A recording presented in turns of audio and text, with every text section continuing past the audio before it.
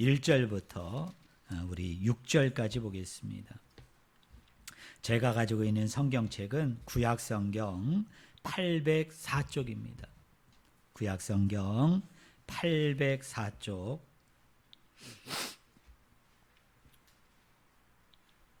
욥기 42장 1절부터 6절까지 보겠습니다. 다 찾은 줄 알고요. 제가 읽어드립니다. 욥기 42장 1절부터 6절까지입니다. 제가 읽습니다. 욥이 여호와께 대답하여 이르되 주께서는 못하실 일이 없사오며 무슨 계획이든지 못 이루실 것이 없는 줄 아오니 무지한 말로 이치를 가리는 자가 누구니이까? 나는 깨닫지도 못한 일을 말하였고 스스로 알 수도 없고 헤아리기도 어려운 일을 말하였나이다. 내가 말하겠사오니 주는 들으시고 내가 주께 묻겠사오니 주여 내게 알게 하옵소서. 내가 주께 대하여 귀로 듣기만 하였사오나 이제는 눈으로 주를 배움나이다.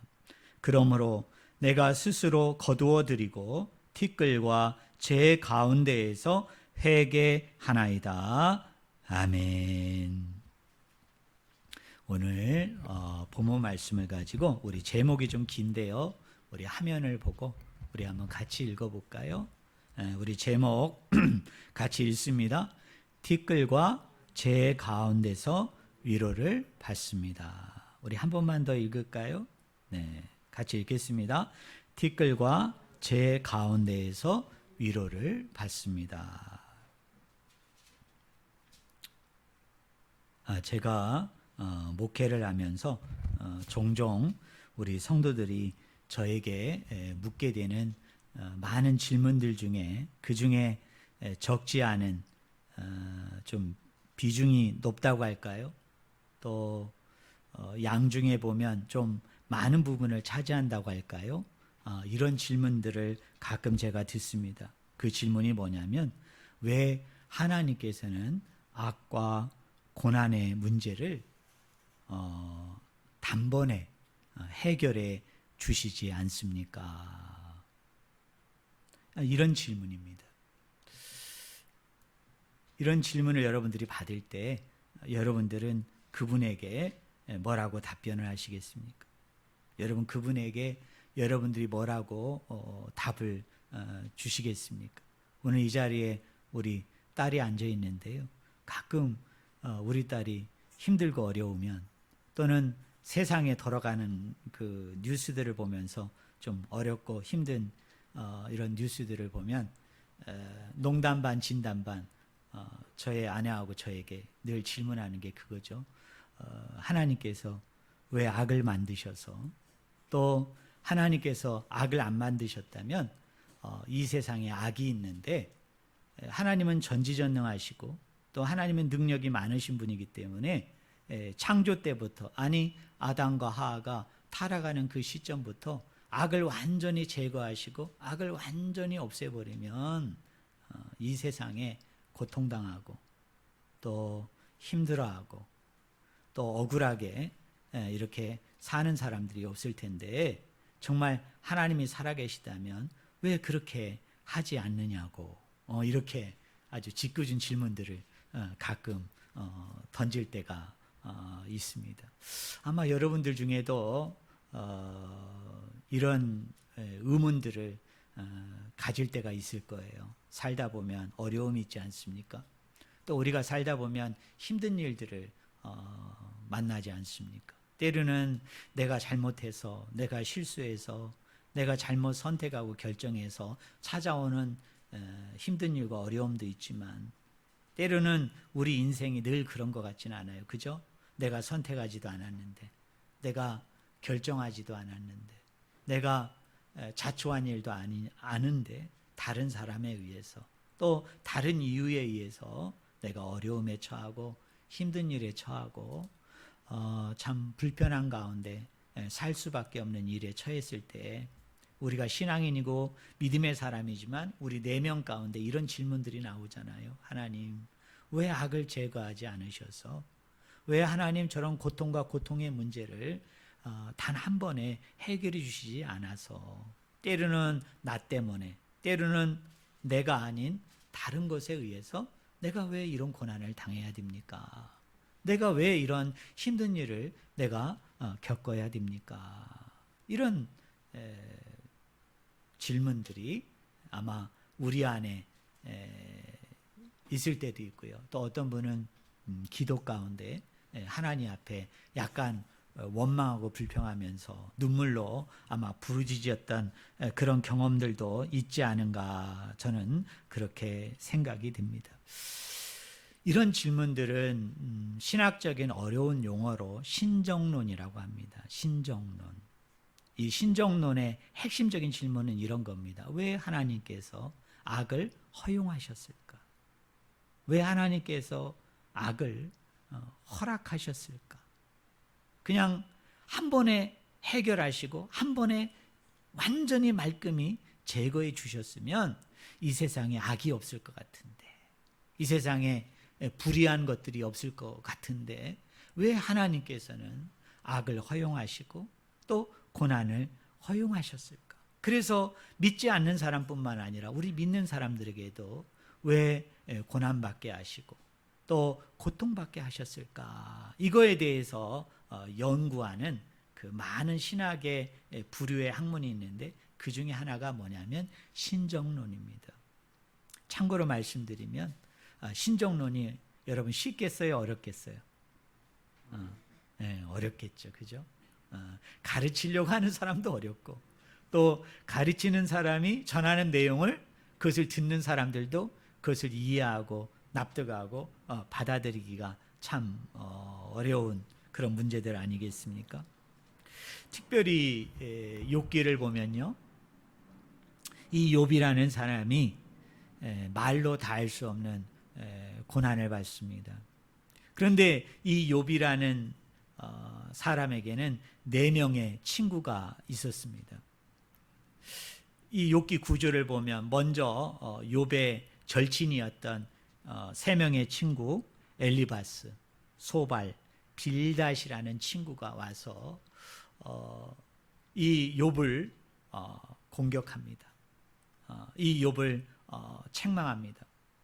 그리고 난 이후에 갑자기 욥의 나머지 4번째 친구였던 엘리후라는 친구가 등장을 해서 마치 엘리후가 하나님의 말씀을 전하는 사자처럼 또 하나님의 말씀을 선포하는 예언자나 선지자처럼 또 욥에 대해서 욥이 알고 또 욥이 고백하고 또 욥이 처한 상황들을 보면서 공격을 하고 또 욥에 대해서 막 책망하는 그 이야기들이 욥기서에 쭉 기록되어져 있는 것을 우리가 알게 됩니다.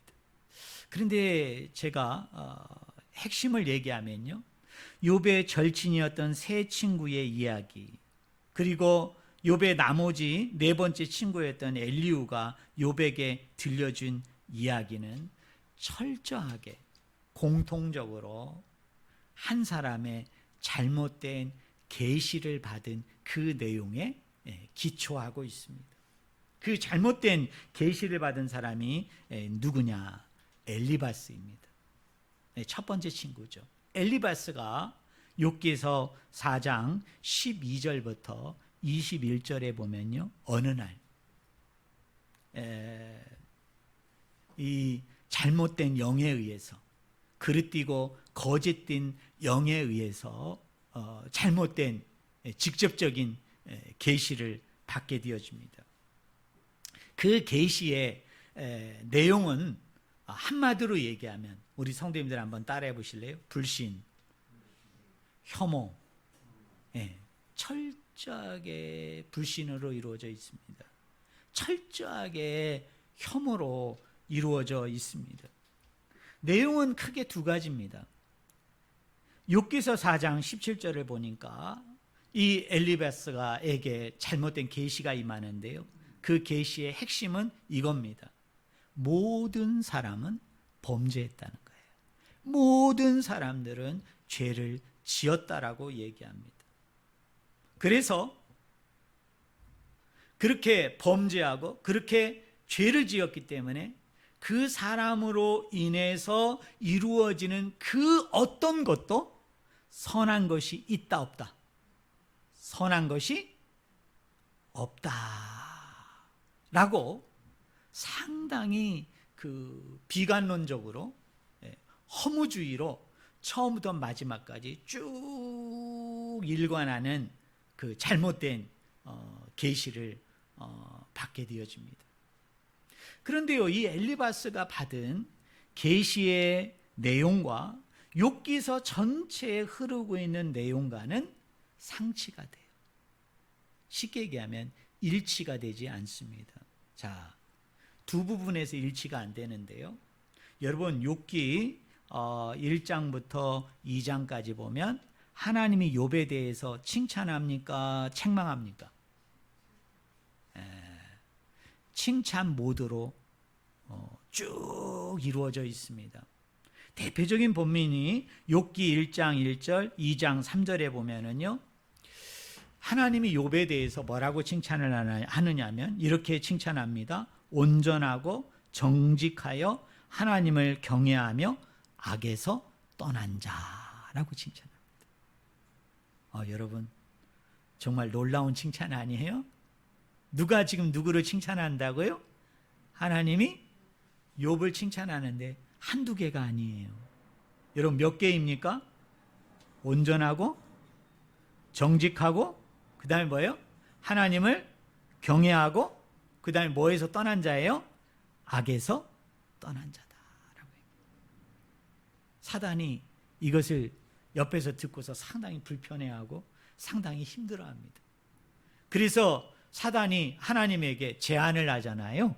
하나님이 욥을 늘 이렇게 옆에서 함께 해주고 보호해주고 역사해주니까 욥이 이렇게 사는 것이지, 만약에 이 욥에게 고난이 오고 고통이 오고 어려움이 와도 과연 욥이 그럴 수 있는 사람이 되겠습니까? 라고 얘기할 때 하나님께서 그 사탄의 말에 대해서 동의하지 않아요. 도리어 하나님은 더 욥을 신뢰합니다. 도리어 하나님은 욥을 더 지지합니다. 그게 무슨 얘기예요? 사단 너로 말미암아 고난이 오고 고통이 오고 아픔이 오고 힘든 일이 있다 할지라도 나와 욥 사이에 욥이 하나님에게 가졌었던 이 신실함, 이 정직함, 이 완전함, 이 온전함은 그대로 유지가 될 것이다. 아니, 더 온전하고 더 풍성해질 것이다 라고 하나님이 끝까지 마지막까지 지지해 주는 이야기로 욥기 1장부터 2장이 이루어져 있습니다. 그러니까 엘리바스는 잘못된 계시를 받았는데 그 계시의 핵심은 뭡니까? 모든 사람은 범죄한 거로, 그래서 그가 행하는 모든 것들은 선한 것이 하나도 있다 없다? 하나도 없다. 그런데 하나님은 도리어 욥에게 뭐라고 얘기해요? 온전하고 정직하며 하나님을 경외하며 악을 떠난 자라고 얘기하면서 욥에 대해서 지지합니다. 욥을 칭찬하고 높여줍니다. 결국 엘리바스가 받은 내용과 하나님께서 욥을 대하는 그 태도와 내용과는 어때요? 서로 상치됩니다. 서로 상치돼. 왜 이게 중요합니까? 오늘 자칫 우리가 믿음 생활, 신앙 생활을 하다 보면 우리가 허무주의에 흐를 수 있어요. 우리가 염세주의로 여러분 흐를 수가 있습니다. 또 상당히 사람에 대해서, 또 우리가 살아가고 있는 이 세상에 대해서 너무나 비관론적으로 세상을 바라볼 수 있어요. 왜 그래요? 이 세상은 악하다는 거예요. 또 이 세상을 살아가는 모든 인간들은 악하다는 거예요. 그래서 그 사람이 예수를 믿든 예수를 믿지 않든 이 세상에는 모든 사람들이 행하는 그 어떤 것도 뭐한 것이 없어요? 선한 것이 없어요. 아름다운 것이 없어요. 그러면서 이렇게 비관론으로, 허무주의로 우리가 세상을 그렇게 바라볼 수 있다는 거예요. 그런데 욥이 정작 고난과 고통과 아픔 가운데 있을 때 세 친구와 한 친구가 와서 욥을 공격한 것이 바로 그런 거거든요. 네가 왜 고통 가운데 있어? 네가 왜 고난과 힘든가 어려움 가운데 있어? 이렇게 네가 이런 상황 가운데 있는 것을 보니까 네가 뭐를 지었다는 거예요? 죄를 지은 것이 많아. 죄를 지었기 때문이라는 거예요. 불순종한 것이 있다는 거예요. 그래서 죄인인 네가 행하는 그 어떤 것도, 죄인인 네가 말하는 그 어떤 것도 다 뭐라는 거예요? 틀렸다는 거예요. 잘못됐다는 거예요. 왜? 죄인이 살아가는 이 세상에 또 죄인들에게는 그 선한 어떤 것도 찾을 수가 없다는 거예요. 그런데 하나님은 역으로요, 그런 욥을 어떻게 하신다고요? 칭찬하십니다. 그를 인정하세요. 그를 높여주십니다. 또 하나가 욥기 38장 1절부터 42장 6절에 보면은요, 하나님께서 폭풍 가운데 욥에게 2번 나타나셔서 계속 질문을 던지십니다. 계속 질문을 던지세요. 그런데 그 질문의 핵심이 뭐냐면, 또 하나님께서 그 욥으로 하여금 이렇게 많은 질문들을 통해서 하나님이 궁극적으로 욥을 통해서 깨닫게 하고자 하였던 것은 두 가지입니다. 첫째는 뭐냐면, 하나님께서는 하나님이 만드신 세계를 어떻게 하신다고요? 보이지 않는 가운데 너희들이 알든 모르든 사랑으로서 계속적으로 돌보고 계신다는 거예요. 자, 여러분 잘 기억하셔야 돼요. 자, 하나님이 만드신 피조 세계를 하나님께서는 어떻게 하신다고요? 뭐로써? 사랑으로서 어떻게 하신다고요? 계속적으로 돌보고 계세요. 할렐루야. 여러분 믿습니까? 이게 하나님의 시각이에요. 이게 하나님의 관점입니다. 우리가 염세주의로 흐르면 안 돼요. 여러분, 세상을 너무 비관론적으로 허무주의로 바라보시면 안 돼요. 비록 이 세상이 죄악이 관영하고 죄악으로 가득한 것은 맞지만, 우리가 영적으로 본다면, 말씀적으로 본다면, 그럼에도 불구하고 우리 하나님은 이 세상을 포기하셨느냐? 아니에요. 그럼 하나님은 이 세상의 손을 완전히 떼셨느냐? 아니에요. 보이지 않는 가운데 하나님께서는 이 피조 세계를 뭐로써? 사랑으로서 끊임없이 돌보고 계십니다. 그리고 이 이야기 가운데 속에서 하나님이 강조하는 두 번째 주제는 뭡니까? 비록 지금은 악이 성행하고, 비록 지금은 죄가 더 성행하는 것 같지만, 하나님의 때가 되어지면은 하나님은 반드시 어떻게 하신다? 그 악을 심판하십니다. 그것을 말씀하고 있는 것이 이 본문 가운데, 폭풍 가운데 하나님이 욥에게 나타나셔서 어떻게 하시는 거예요? 두 번이나 말씀하신 이유가 거기에 있는 거예요. 그러니까 엘리바스가 받은 계시와 하나님께서 그 말씀을 통해서 욥에게 전해주고자 하는 계시가 같다 다르다? 철저하게 상치돼요. 다르다는 것을 아셔야 돼요.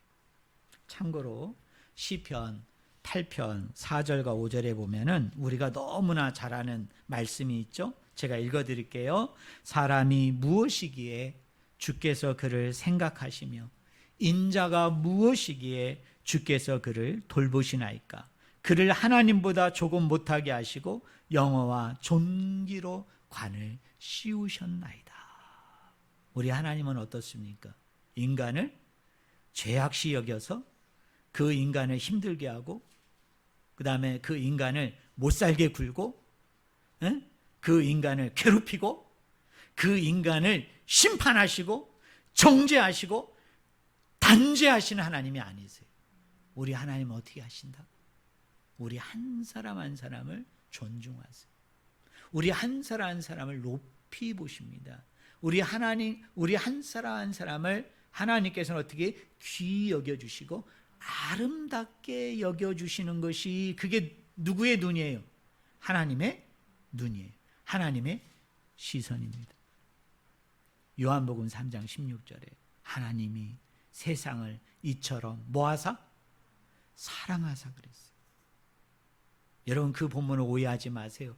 하나님이 세상을 이처럼 저주하사, 하나님이 세상을 이처럼 정죄하사, 하나님이 세상을 이처럼 심판하사, 하나님이 세상을 이처럼 책망하사 꾸짖으사 독생자 예수 그리스도를 주셨으니 이는 저를 믿는 자마다 멸망치 않고 영생을 얻게 하려 하심이라가 아니에요. 하나님이 세상을 사랑하셨대요. 그 사랑이 뭐냐? 예수 그리스도를 이 땅에 보내심으로 그분을 십자가에 죽이심을 통해서 구원할 정도로, 그들에게 영생과 생명을 줄 정도로 하나님은 이 세상을 어떻게 하셨다고요? 사랑하셨어요. 이게 하나님의 시선이에요. 이게 세상을 보는 하나님의 눈이에요. 이게 세상을 보는 하나님의 세계관이고 관점인 거예요. 저는 엘리바스가 받았던 그 잘못된 계시에 기초해가지고 욥의 세 친구와 그의 나머지 친구가 욥이 고통 가운데 있었어요. 어려움과 힘든 가운데 있을 때 그들이 욥에게 공격했던 그 모든 주제는 엘리바스가 받았던 잘못된 계시의 신학, 잘못된 계시의 신앙에 기초하고 있는데, 철저하게 그 계시는 뭐냐? 비관론이에요. 허무주의입니다. 근데 너무나 안타까운 것은 그건 하나님의 시선이 아닙니다. 하나님의 눈이 아닙니다. 하나님은 이 세상이 죄악으로 가득하고 죄악이 관영한 세상이지만 그런 가운데 속에서도 우리 하나님은 안타까워하시면서 가슴을 아파하시면서 여전히 이 세상을 어떻게 하세요? 돌보시고 살피시고 함께 하시고, 그리고 그곳에 있는 사람들을 존중하시고 사랑하시고 아끼시는 가운데 그 최고의 절정이 뭐냐? 자기의 독생자 아들 예수 그리스도를 이들을 대신하여 죽이시기까지 이들을 회복하시고 이들을 구원하시고 이들에게 생명을 주고자 하는 것이, 그게 하나님의 뜻이지, 결단코 하나님은 이 세상을 정죄하고 심판하고 단죄하고 멸망시키는 것이 하나님의 우선적인 뜻은 아니에요. 물론 하나님의 때가 되어지면 심판하시겠죠. 하나님의 때가 되어지면 하나님은 그 일을 행하시겠지만 아직은 아닙니다. 여전히 하나님은 기다리고 계세요. 기다리고 계세요. 뭘 기다리고 계세요?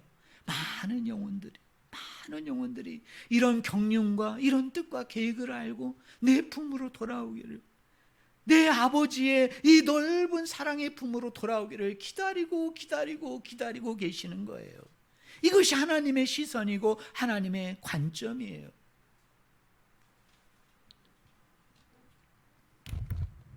욥기서 38장부터 41장을 보면요, 이런 친구들의 계속된 공격을 받은 욥마저도 결국은 하나님을 의심하게 됩니다. 하나님에 대해서 도전하게 되어집니다. 그 도전이 뭐냐면, 하나님께서 이 세상을 공의롭게 통치하지 않는 것 같다라는 주장을 합니다. 그 주장에 대해서 하나님께서는 아까 말씀드렸던 38장 1절부터 41장 34절까지의 기나긴 말씀을 통해서 두 번 나타나셔서 두 가지 이야기를 해 주십니다. 자, 욥이 가지고 있었던 생각은 이런 겁니다. 하나님께서 만드신 이 자연 세계에서 이루어지는 모든 것들을 이렇게 눈여겨보니까 이 세계 자체가 혼돈 속에 있는 것 같아요. 혼돈 속에 있는 것 같아요. 악인들이 득세하고 악인들이 더 힘을 가지고 악인들의 그런 것에 의해서 많은 사람들이 고통을 당하고 아픔을 당하고 힘든 일을 겪는 걸 보니까 마치 이 세상이 어두움인 것 같아요. 흑암인 것 같아요. 혼돈 속에 빠진 것 같아요. 그런데요, 하나님께서는 첫 번째 나타나셔서 그 하나님이 창세기 1장과 2장을 보면 세상을 창조하고 인간을 창조했잖아요. 그런데 그곳에 소개되어지지 않은 그 하나님이 창조하신 그 우주와 또 만물들과 그리고 많은 동물들과 식물들의 이야기를 가지고서 욥에게 계속 질문합니다. 내가 이것을 만들 때 네가 거기에 있었느냐? 내가 이걸 만들 때 네가 봤느냐? 내가 이것을 만든 것에 대해서 너는 알고 있느냐? 그러면서 이것도 보았느냐? 이것도 보았느냐? 이것도 보았느냐? 이것도 보았느냐라고 계속 막 하나님이 막 일방적으로 질문을 퍼부으니까 욥이 하나도 대답을 못합니다. 왜 하나님이 그 창조 시에 이루어졌던 것을 가지고 욥에게 왜 그걸 질문하는 겁니까? 그 질문의 핵심은 이겁니다. 우리 성도님들 한번 따라해 보세요. 하나님께서 우리가 알지 못하는 가운데 세밀하게 다스리고 계신다. 네, 그거예요. 비록 네가 볼 때는 이 세상이 어두움이야. 네가 볼 땐 이 세상이 막 흑암으로 가득해. 하지만 네가 보는 게 다가 아니라는 거죠. 그 보이지 않는 그 너머에, 보이지 않는 그 이면에 우리 하나님은 보이지 않지만 그 하나님께서 어떻게 하신다고요?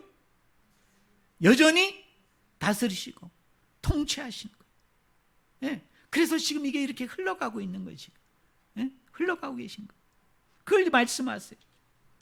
그 다음에요, 욥기 40장 6절부터 41장 34절을 통해서 그 악의 대표적인 두 가지 세력에 대해서 이야기합니다. 그게 누구냐면, 좀 어렵습니다만 여러분 한번 따라해 보실래요? 베헤못. 따라하겠습니다. 베헤못, 리워야단. 네, 베헤못, 리워야단을 이야기합니다. 근데 이 베헤못, 리워야단이 누구냐면, 욥기서 자체 내에서 본다면 욥기 40장 12절을 보니까 이 사람들은 따라하겠습니다. 교만하고 악한 자들. 베헤못과 리워야단은 욥기서 내에서는 뭐를 의미하느냐면 교만하고 악한 자들을 의미합니다. 뭐를요? 하나님의 이 창조 세계를 어떻게 해요? 혼돈으로, 악으로 몰아넣는 세상의 악한 권력자들, 힘 있는 권세자들을 지칭을 합니다. 물론 정경사적인 맥락에서, 성경 전체적인 맥락에서 본다면, 특별히 요한계시록과 연결해서 본다면 이 베헤못과 리워야단은 요한계시록에서 누구로 소개되느냐 하면 따라하겠습니다. 사단, 마귀, 사단 마귀입니다. 그런데요, 하나님이 이 기나긴 말씀을 통해서 하나님이 뭐라고 이야기하느냐 하면 따라하겠습니다. 이 악한 자들을 하나님의 때가 되면 심판하신다. 네, 멸망시키신다. 네, 그것을 강조하고 있는 거예요. 자, 이런 것 사실들을 이제 우리 전제를 하고요. 이제 오늘 본문 말씀을 우리가 한번 잘 우리가 묵상하셨으면 좋겠어요. 여러분 3절을 보세요. 자, 3절. 이걸 제가 지금 얘기한 거를 전제를 여러분이 모르시면 욥기 42장 1절부터 6절을 잘 이해할 수가 없어요. 우리 3절 한번 같이 읽겠습니다. 이번에 같이 읽겠습니다. 무지한 말로 이치를 가리는 자가 누구니까? 나는 깨닫지도 못한 일을 말하였고 스스로 알 수도 없고 헤아리기도 어려운 일을 말하였나이다 라고 얘기합니다. 여기 3절에 보니까 무슨 말로 시작합니까? 무지한 말로 이치를 가리는 자가 누구입니까? 라고 얘기합니다. 자, 이 말은요, 원래 욥이 한 말이 아니에요. 이 말은 욥의 네 번째 친구였던 엘리후가 마치 하나님의 사자인 양, 하나님의 선지자인 양, 예언자인 양 나타나 가지고 마치 하나님의 계시, 하나님께 받은 예언을 전하는 것처럼 막 욥에게 말씀을 가지고 내용을 가지고 해서 막 욥을 공격합니다. 그래서 엘리후가 다 그 일을 행하고 난 이후에 하나님이 엘리후에게 나타나 가지고 38장 2절을 보세요. 우리 한번 성경을 한번 오늘 찾아봅시다. 38장 2절.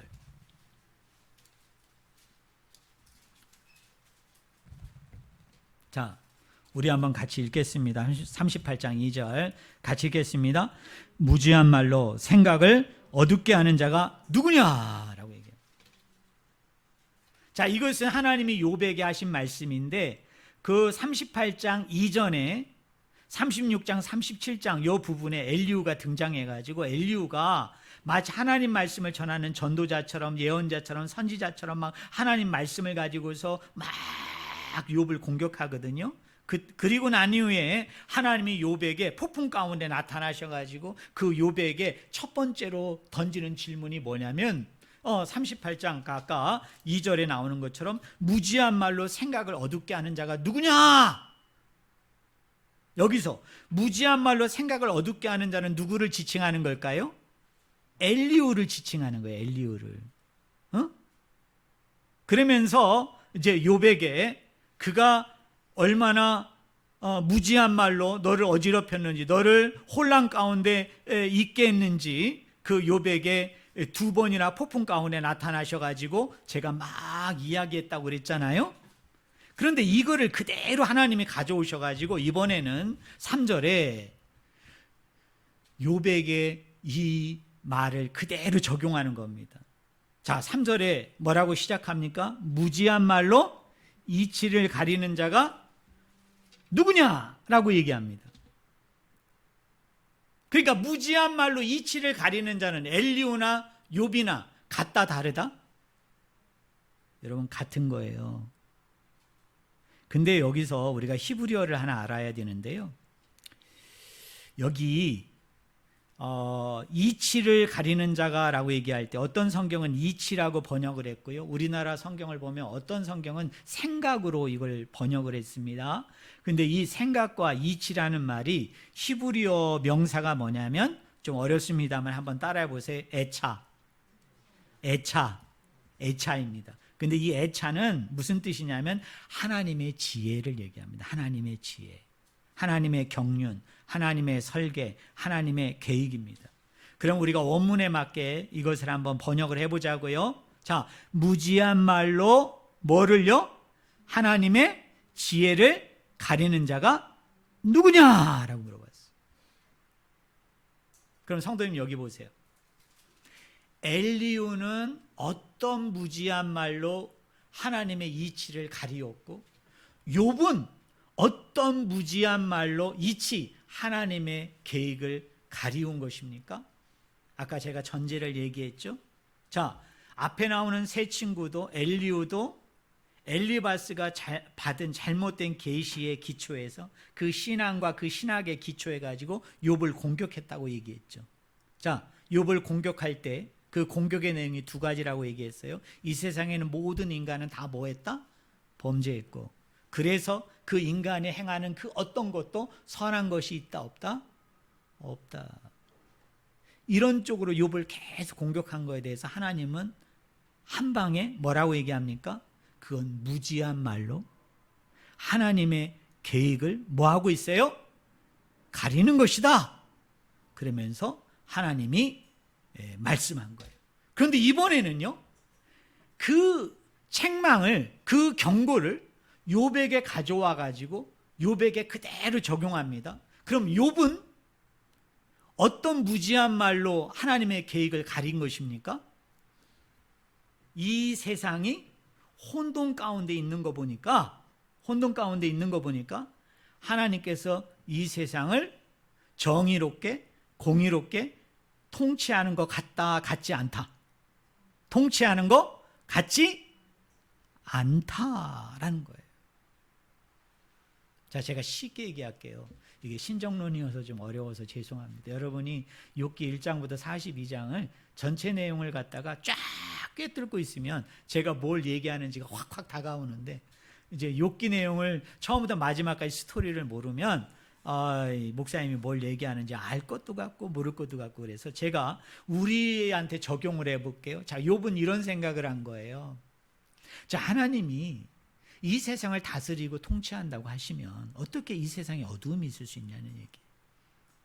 여러분, 이 세상이 어떻게 혼돈 가운데 있을 수 있느냐는 얘기예요. 또 이런 겁니다. 자, 하나님이 이 세상을 다스리고 통치하시더라도 어두움이 있을 수 있어요. 그죠? 혼돈 가운데 있을 수 있는데, 욥이 가지고 있는 의문은 이런 거예요. 하지만 하나님을 진실되게 믿고 하나님을 참되게 믿고 악을 행하지 않고 죄를 행하지 않는 사람들은 이런 혼돈과 이런 어둠 가운데 살더라도 하나님이 공의로고 정의로우시면 어떻게 하셔야 돼요? 그걸 다 막아주셔야지. 안전하게 지켜주셔야죠. 그죠? 평안한 가운데, 화평 가운데, 구원 가운데 살아가도록 만들어 주셔야지. 아니면 우리 의인들을 들어서 악인들을 어떻게 해야 돼요? 꼼짝 못하도록 이기도록 만들어 주셔야 되는데, 여러분, 우리 현실은 어때요? 지금 우리가 살고 있는 현실은, 예? 말라기 선지자도 비슷한 질문을 했잖아요. 악인들이 더 득세해가지고, 악인들이 더 힘을 가져가지고, 이 악인들에 의해서 의인들이 뭘 당해요? 고난을 당하고, 고통을 당하고, 어려움을 당하고, 힘든 일을 당하는 거 보니까 우리 하나님이 공의가 어디 간 거야? 우리 하나님은 정의로운 하나님이 아닌 것 같아. 우리 하나님은 지금도 살아계셔서 역사하시고 살피시고 굽어보시고 함께 하시는 그런 하나님이 아닌 것 같은 거예요. 그런 마음을 품은, 그런 말을 하고 주장을 하고 있는 욥에게 하나님이 엘리후에게 했던 책망을 그대로 가져와 가지고 뭐라고 그를 책망합니까? 무지한 말로 하나님의 계획을 가리는 자가 누구냐라고 물으시는 거예요. 그러면서 뭐라고 얘기해요? 나는 깨닫지도 못한 일을 말하였고 스스로 알 수도 없고 헤아리기도 어려운 일을 말했습니다. 그러니까 뭐예요? 제가 시건방을 떨었다 이거예요. 지금 욥이. 예? 시건방을 떨었다는 거예요. 알지도 못하면서 하나님의 계획과 섭리와 경륜에 대해서 내가 알지도 못하면서 마치 아는 자와 같이 내가 시건방을 떤 거에 대해서 지금 뭐하는 거예요? 고백하는 거예요. 고백하는 거예요. 막 욥의 세 친구가 공격하고요, 엘리후가 공격했을 때 욥이 그냥 가만히 얻어맞고 있지 않았어요.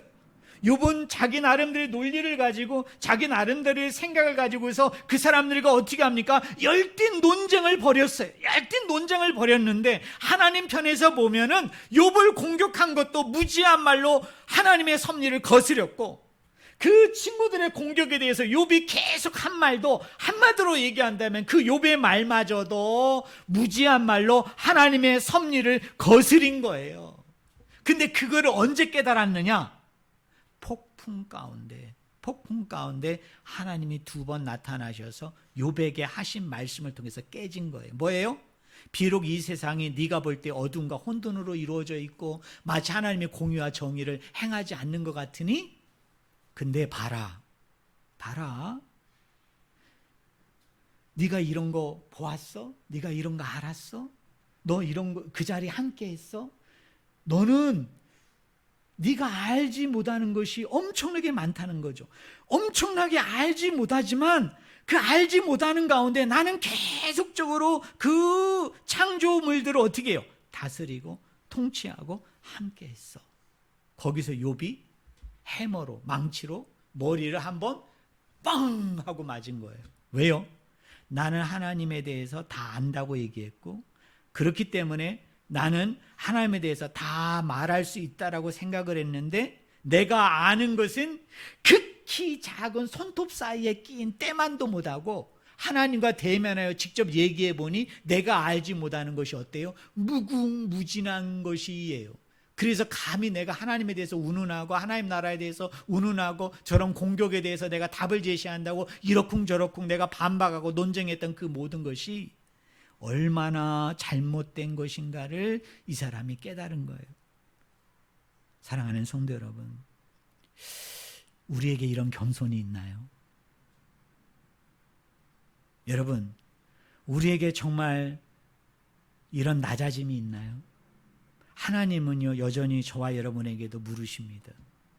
무지한 말로 하나님의 계획과 섭리와 경륜을 가리는 자가 너다 이거예요. 너다. 우리다 이 말이 우리다. 저는요, 많은 목사님들이나 많은 성도들을 바라보면서 처음에 그분들이 그렇게 교만하진 않았을 거예요. 그죠? 처음엔 그렇게 자만하지 않았을 거예요. 그런데요, 조금 이제 좀 자리에 앉은 것 같고 자기를 좀 우러러보고 따르고 쫓는 그런 사람들이 막 많이 생기다 보면은 마치 자기가 다 아는 양, 하나님의 섭리에 대해서, 경륜에 대해서 자기가 다 꿰뚫어 보고 있는 양. 저는요, 어떤 세미나를 갈 때, 어떤 세미나를 제가 이렇게 다니다 보면 제일 제 귀에 거슬리는 말이 뭔지 아세요? 자기는 성경에 관통하는 어떤 맥을 자기는 잡았대. 그래서 그 맥을 가지고서 성경 전체를 보니까 그냥 확 보이더라는 거예요. 이런 교만이 어디 있어? 여러분, 이런 자만이 어디 있어? 왜 욥에게 하나님이 나타나셔서 그 창세기 1장, 2장에도 기록되어지지 않았던 그 창조 때에 그 이루어졌던 각양각색의 많은 일들을 왜 욥에게 하나님이 막 퍼부어 대신 겁니까?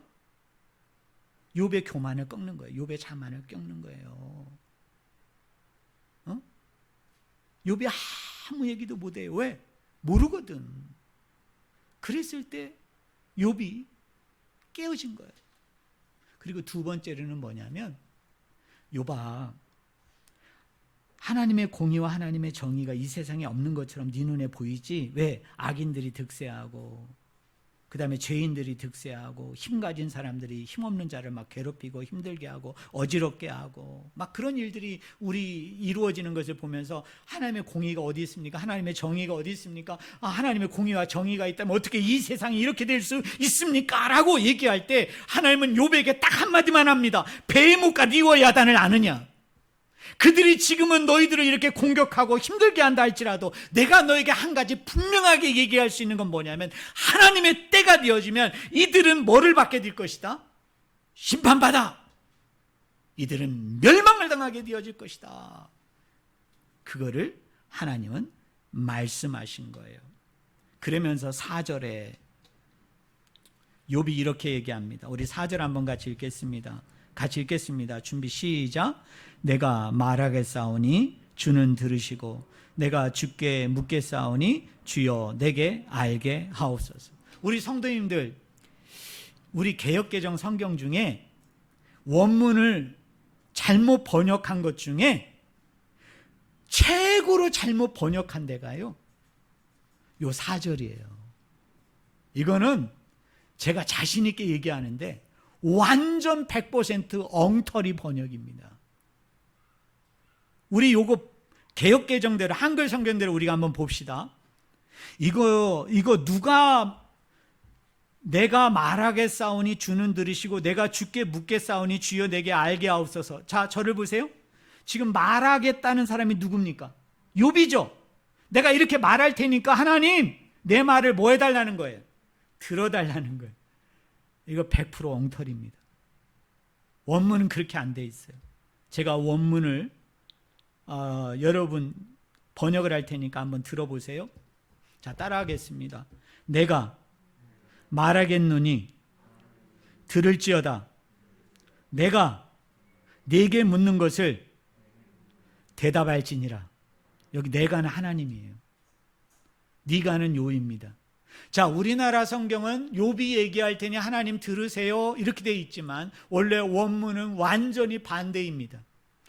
하나님인 내가 욥인 너에게 말을 할 테니 욥아 너는 내 말을 뭐 할지어다? 들을지어다. 그거 다 그냥 XP 막 한 10개 그으시고요. 예? 그렇게 이렇게 해석을 해야 그 뒤에 말이 그대로 이어집니다. 자, 시간 관계상 이것도 할 말이 많은데 그냥 넘어갈게요. 자, 5절을 보겠습니다. 5절. 같이 읽겠습니다. 준비 시작. 내가 주께 대하여 귀로 듣기만 하였사오나 이제는 눈으로 주를 배움나이다.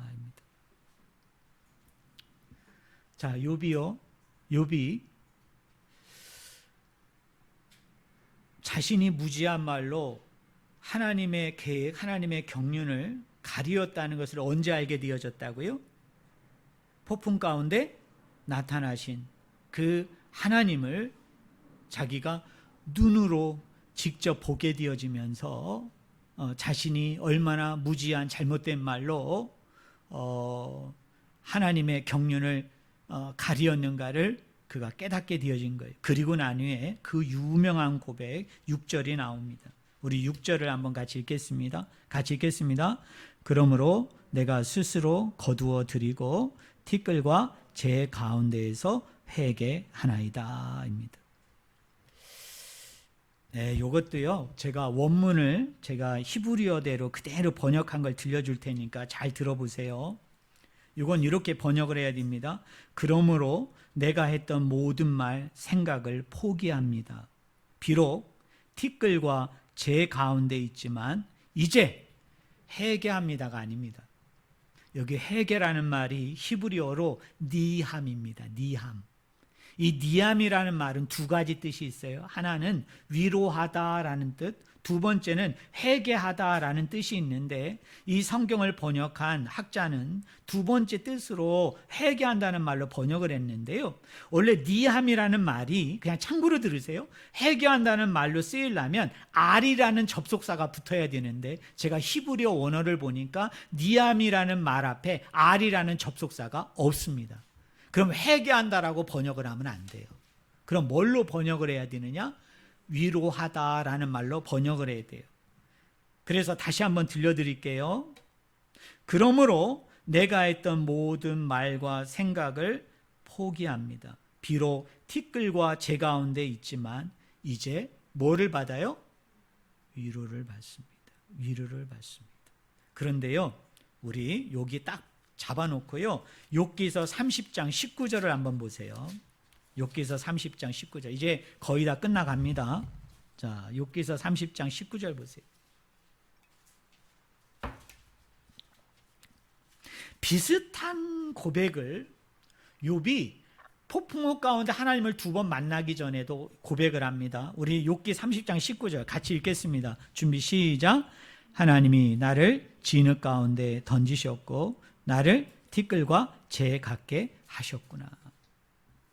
욥이요, 지금 얼마나 고통스러운지, 얼마나 힘들고 얼마나 아픔 가운데 있는지 그는 자기를 하나님 앞에 뭐라고 고백하느냐 하면 따라하세요. 티끌과 재 가운데 있습니다. 자기가 마치 티끌 같다는 거예요.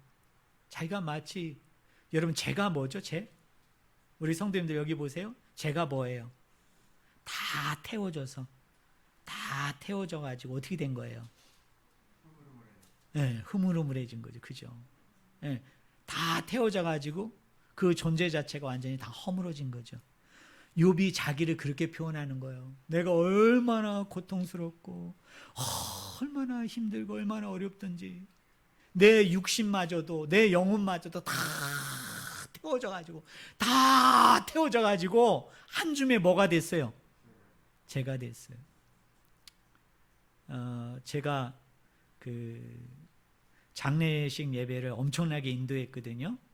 제가 아마 전국에서 하장장 치고 안 가본 하장장이 없습니다. 근데 여러분, 우리 하장장에 가보면 어때요? 물론 죽은 시신이지만 여러분 그게 화루 속에 들어가잖아요. 그래서 1시간 남짓하게 태우잖아요. 그리고 난 후에 유족들하고 이제 성도들 이렇게 오게 해가지고 다 태워진 그죠? 그 잿더미를 보게 하잖아요. 그리고 이제 뼈를 이렇게 이제 추스려 가지고 갈아 가지고 어떻게 합니까? 그거 내주잖아요. 여러분 그런 거 보면서 뭘 느끼셨어요? 참 허망하죠, 그죠? 허망하죠. 뭐 잘 배운 놈이나 못 배운 놈이나, 뭐 부자나 가난한 사람이나, 힘께나 쓰는 사람이 힘이나 약한 사람이나 뭐예요? 그냥 한 줌의 재로 바뀔 때는 아무것도 아니에요. 여러분 그 제가 이름을 모르는데 하여튼 항아리라고 합시다. 그 항아리에 담기는 건 다 똑같아. 한 줌의 그 재는 다 똑같지 않습니까? 근데 지금 욥이 뭐라고 얘기하느냐면 티끌과 재 같다는 거예요. 그런데요, 이런 욥이 완전히 바뀌었어요. 6절 다시 원문대로 번역을 합니다. 그러므로 내가 했던 모든 말과 생각을 포기합니다. 비록 티끌과 재 가운데 있지만 이제는 뭐를 받아요? 이제는 위로를 받습니다. 위로를 받습니다. 이게 욥의 놀라운 고백입니다. 그 우리 성도님들 저를 보세요. 자, 여러분에게 질문합니다. 욥이 티끌과 재 가운데 있습니다 라고 하나님 앞에 막 눈물을 뿌려 울부짖던 욥이 갑자기 42장 6절에 와서는 티끌과 재 가운데 있지만 하나님, 내가 힘을 얻습니다. 내가 위로를 받아요. 내가 소망이 생깁니다. 왜 위로를 받나요? 폭풍 가운데 하나님이 두 가지를 깨닫게 해주셨잖아요. 이 세상이 흑암과 어둠으로 가득하지만 하나님은 보이지 않는 가운데 여전히 이 세상을 뭐하고 계신다고요? 통치하고 다스리고 계신다. 여러분 믿습니까? 일단 두 번째는 뭐죠? 악이 커 보여도, 정말 악인들이 더 득세하는 것처럼 보인다 할지라도 욥은 믿었어요. 뭘 믿어요? 하나님의 때가 되면 그놈들을 다 어떻게 된다고요? 멸망받아요. 심판받아요. 뭐마저도 땅에서 올라오는 짐승, 바다에서 올라오는 짐승, 그게 사단이거든요. 그 사단마저도, 마귀마저도 뭘 받아요? 심판받아요. 그래서 여전히 욥은 뭐라고 얘기하느냐 하면 폭풍 가운데 두 번 나타나신 하나님을 만나기 전에도 티끌과 재는 같아요. 그죠? 지금도 내가 티끌과 재 가운데 하나님이 나를 구원해 주셔가지고, 티끌과 재 가운데 하나님이 나를 낫게 해주셔서, 티끌과 재 가운데 하나님이 나를 복을 주셔서가 아니에요. 복은 뒤에 나옵니다. 여전히 티끌과 재예요. 자, 내가 울부짖어 눈물을 흘릴 때도 티끌과 재였고, 지금 티끌과 재 가운데 위로를 얻고 힘을 얻고 소망을 얻는 가운데도 티끌과 재예요. 똑같은 티끌과 재이지만 하나는 슬퍼하고 탄식하고 아파하고 부르짖었고, 하나는 위로받고 소망을 얻고 여기서 기뻐하고 즐거워하고 있어요. 그 차이가 뭐예요? 그 차이가 뭐예요? 하나님의 경륜, 하나님의 지혜에 대해서 그가 깨닫게 되었을 때, 그 깨달은 것들을 그가 부여잡고 살아갈 때, 그는 그런 가운데에서 뭐를 받아요? 위로를 얻었대요. 저는 결론적으로 우리 성도님들이 지금 이 시간에 여러분이 좀 위로를 받으셨으면 좋겠어요. 제가 시간이 없어서 욥이 어떤 고난을 당했는지 제가 그 리스트를 갖다가 다 뽑아서 얘기하면 더 실제감이 들겠지만, 그거 얘기하다 보면 뭐 2시간, 3시간도 부족해가지고 그냥 고난, 고통으로 표현을 했는데요. 자, 고난과 고통, 우리도 겪고 있죠. 우리 성도님들 중에 정말 말로 다 알 수 없는 고난과 고통이 있고, 앞이 안 보이고 미래가 안 보이고, 때로는 이게 잠시 잠깐 끝났으면 좋겠는데 계속 진행형 가운데 있는 분들도 계시고, 어떤 분은 그게 잠깐이었는데 좀 괜찮았다라고 여겨졌는데 또 와요. 그래서 잘 견뎌요, 이겨요, 막 죽을 것 같아. 그래서 간신히 버텼는데 또 와요. 그게 우리 인생 아니에요? 우리 삶 아니에요? 뭐 저라고 평안하겠어요? 저도 있어요. 저도 힘들 때 있어요. 저도 고통스러운 가운데 있어요. 그런데요, 이런 가운데에도 내가 위로받았다고 얘기하고 소망을 얻었다고 얘기하고 힘을 얻었다라고 얘기할 수 있는 것은 뭡니까? 사랑하는 성도 여러분, 보이는 것이 다가 아니다. 내가 알고 있는 것이 다가 아니에요. 보이지 않는 가운데, 알지 못하는 가운데 하나님이 여전히 이 세상을 뭐하고 계세요? 다스리고 통치하고 계신다는 믿음이 있어야 돼요. 그런 믿음이 있어야 돼요, 여러분. 정말 그런 믿음이 있으십니까? 여러분, 이 세상이 우리 믿는 사람들이 원하는 대로 이렇게 흐르고 흐를 때만 하나님이 역사하시는 거예요? 그럴 때만 하나님이 일하시는 거예요? 그런데 어떤 나라를 보니까 막 하나님을 대적해. 내가 어떤 지도자를 보니까 이 하나님을 막 대적하는 사람이야. 어떤 무리와 어떤 청중들을 보니까 이 사람들만 하나님을 대적하고 하나님을 공격하고 하나님을 비판하는 사람이야. 그곳에는 하나님이 안 계세요? 그곳에서는 하나님이 일 안 하세요? 하나님은 그런 가운데 속에서 하나님은 섭리 안 하십니까?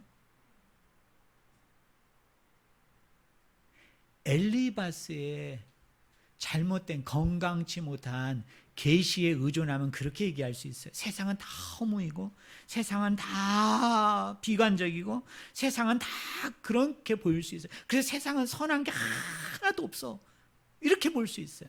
근데요, 욥에게 나타나서 하나님이 얘기하신 핵심적인 주제는 두 개예요. 따라하겠습니다. 하나님은